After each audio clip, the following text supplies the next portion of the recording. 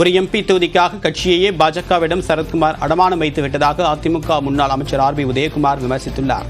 மதுரை மாவட்டம் திருமங்கலத்தில் தேமுதிக வேட்பாளர் விஜய பிரபாகரனை ஆதரித்து வாக்கு சேகரித்தவர் பாஜகவின் கொள்கை என்ன என்று ராதிகாவிற்கு தெரியுமா என்றும் கேள்வி எழுப்பியுள்ளார்.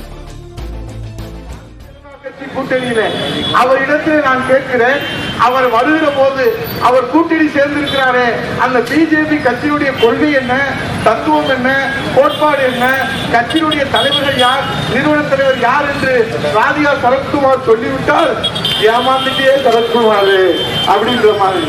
ஏன்னா கட்சியவே அடமானம் வைத்து ஒரு சீட்டு ஒற்றை சீட்டுக்காக வந்திருக்கின்றார்கள்.